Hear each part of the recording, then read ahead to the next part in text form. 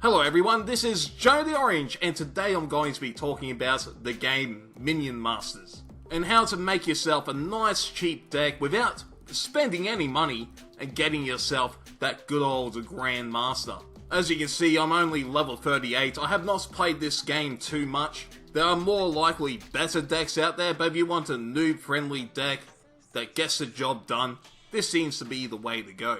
One thing to keep in mind, this deck is for team ranked. I've only played about 4 or 5 solo games. I just found that I enjoyed team ranked way more, and so I built my deck around being in a team. With that said, let's jump into it. When it comes to selecting the hero, I go Nightbringer because it's the default one. You start the game with it, doesn't cost you anything. Also, his abilities are very reliable. They're on 24/7, it's not like somewhere it's a bit of random luck, etc. And what he does is constantly shoot the enemy, and he also increases the range of your ranged units. Not only that, he's the only hero that can just shoot anywhere on the map. He doesn't give a shit. He just shoots where he wants. It doesn't matter if it's on your side of the field or the enemy side. With that said, let's jump into the deck. The first card we're going to be looking at is Dagger Fall, and what this does, it wipes out hordes of low health units. And when you're playing in a team, that's double the enemies, you got double the things to wipe out. AoE attacks in team battles are very good. Next up, we have another AoE spell, and that's Chain Lightning. This one does more damage and also stuns the enemy, but does require 1 more mana to cast. It can be used in multiple situations. I find that Dagger Fall is more reliable, but Chain Lightning, man, when you get it right, it wipes out so much stuff. Next up, we have the Spear Throwers. Now, what these guys are good for is dealing with like a low health range unit that sneaks by. They're pretty damn cheap. They're good at capturing points because you can split them, and no matter what they hit, they're going to do decent damage to it, at least initially, and then they get weaker once they've lost their spears. It's just a very forgiving and versatile unit. It's, yeah, noob friendly. It's very hard to mess up with those dudes. This guy, on the other hand, the Crystal Construct, is very easy to mess up with. One thing to keep in mind, even though it does say he costs 5 mana, you do get 1 back once you cast him, so he's reasonably cheap. And all he really is a big old meat shield. He's useless on attack. He's decent at delaying the enemy, but the biggest reason to bring him is that he can counter Wheel of Doom. As in, if you see that Wheel of Doom coming, you just place this guy in front of it, stops the thing. And Wheel of Doom is one of this deck's biggest counters, unless you have this guy. Next up on the list is another sort of tank. It's more DPS really. It's called Defenso Chopper. And basically, when a melee unit hits it for 100 damage back and also stuns them. This card counters a range of things. Hordes of enemies, stun lances, flying melee units. It counters a lot of stuff. And that's why I bring 2 of them. They're that damn good. I just stacked 2 of them into my deck. And honestly, I can't imagine this deck without it. It deals with so much things that you otherwise could not deal with. Next up on the list, we have the opposite of Defenso Chopper. We have the Scrap Tank, which is good against range units. Defenso Chopper, good against melee. This one, range. It's very good at pushing and delaying the enemy because when it's not in combat, it won't, well, melee combat, it won't take any damage.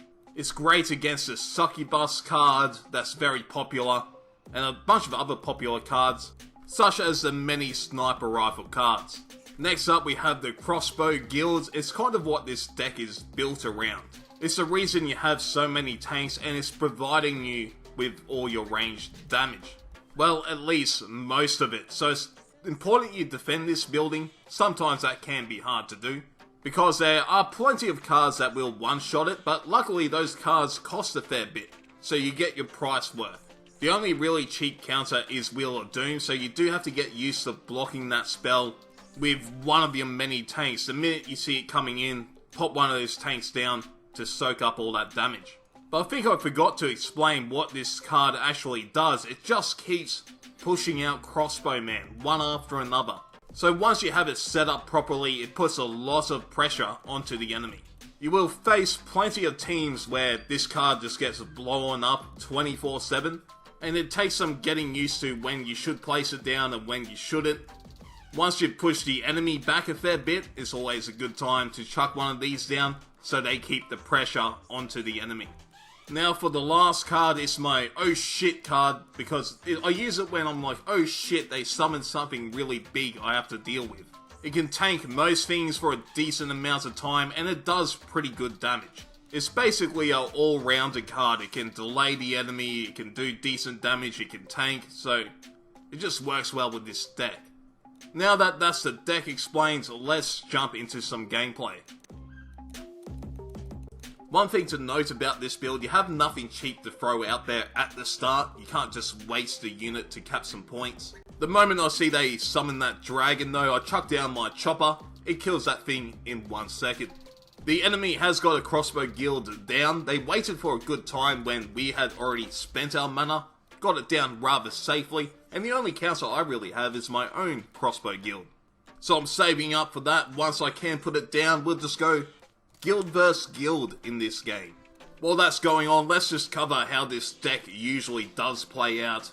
It's a mana drain. The enemy has to spend mana after mana dealing with those Crossbow Guilds. Not only that, it has a lot of tanks, so when you do get the lead, you start pushing the enemy back pretty damn hard, keeping them on their side of the map while you rebuild your mana to counter whatever they have summoned.